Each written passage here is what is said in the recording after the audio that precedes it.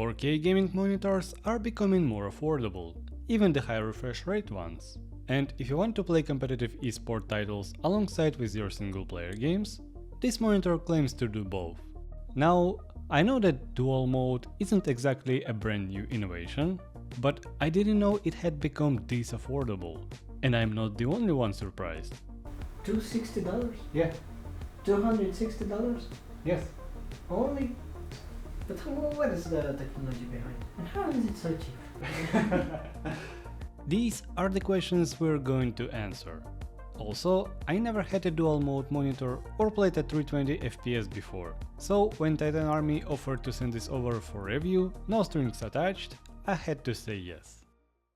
In the box, we get a 90-watt power adapter, the stand, and the 1-meter DisplayPort cable. Speaking of the stand, it's a huge improvement over the last year's model.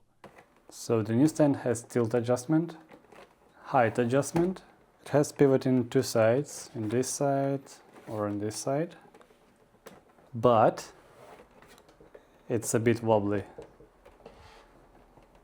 It's really light, but doesn't feel empty like it was with the other model that I had.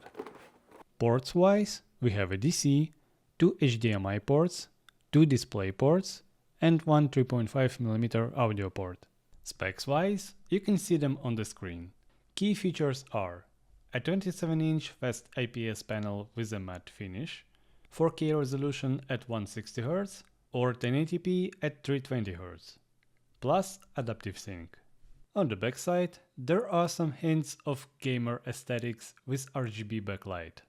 You can change the colors and animation in the OSD, and when the monitor goes to sleep, it turns off as well. Now for the killer feature. This menu item switches the monitor to high refresh mode. For some reason they called it AI dual mode. AI. Anyway, this drops the resolution to 1080p, but bumps the refresh rate to 320Hz. Since 1080p scales perfectly into 4K, 4 pixels become 1, it actually looks quite natural. At first, the drop in sharpness is noticeable, but honestly, after 5 minutes in game, I got used to it and it didn't bother me at all. This was the part I was most interested in, seeing if I would notice the smoothness of 320Hz coming from a 240Hz monitor. And I can say without a doubt, yes, it is noticeable. I don't know if it makes me play any better, but the gameplay I'm currently showing is totally not cherry-picked, okay? But sadly, even though my PC is far from cheap, it was tough to get a stable 320 FPS, even in CS2. So you'd better have a stronger CPU than mine if you're picking up a monitor like this. I also spent more than a month using it as my daily driver, both as my main and secondary display. I don't have the expensive gear to scientifically verify color accuracy, but speaking as someone who used a ton of different monitors, the picture looks really good. The brightness is solid too. Personally, I keep it at 50-60%, but honestly, maxing it up to 100 doesn't make a massive difference. Oh, I'm on eco mode. Wow. Wow. So it's even brighter than I guessed at the beginning. Connection wise, I used DisplayPort. Once I turned on adaptive sync in monitor's OSD, I was able to enable G-Sync in the NVIDIA control panel. Definitely do this first when you set it up. Finally, to put it to the real test, I invited a friend over for some Apex Legends. I let him to play on this monitor for a while, and here's his take. So what do you say about the picture quality and so on? Oh, it's really good. Way better than mine.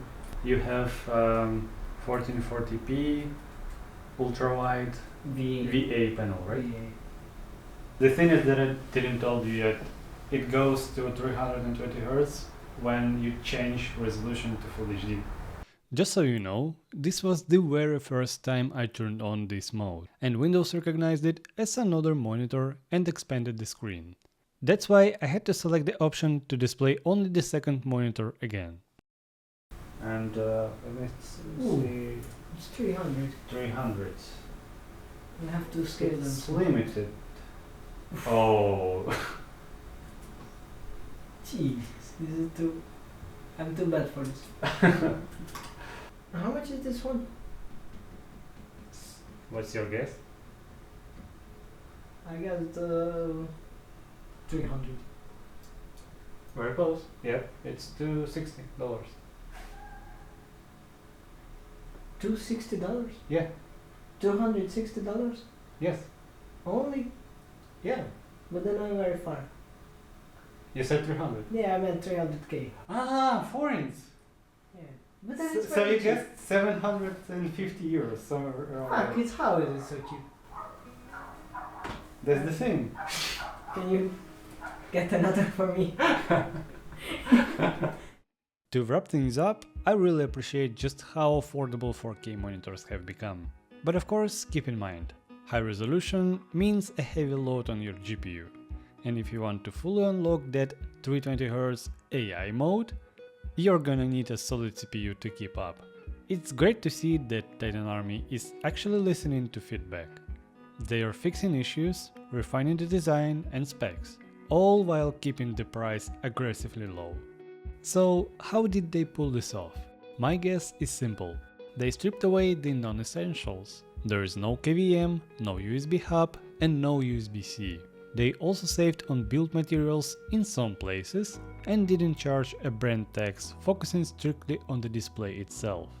If I look at the similar monitors in my local store, even the cheapest option has more features but cost at least $100 more. That is a huge difference in this segment, especially considering that most of them likely source their panels from the exact same place. Whether you need KVM or other features is up to you. But if you want to learn more about the monitor, I'll leave the links in the description.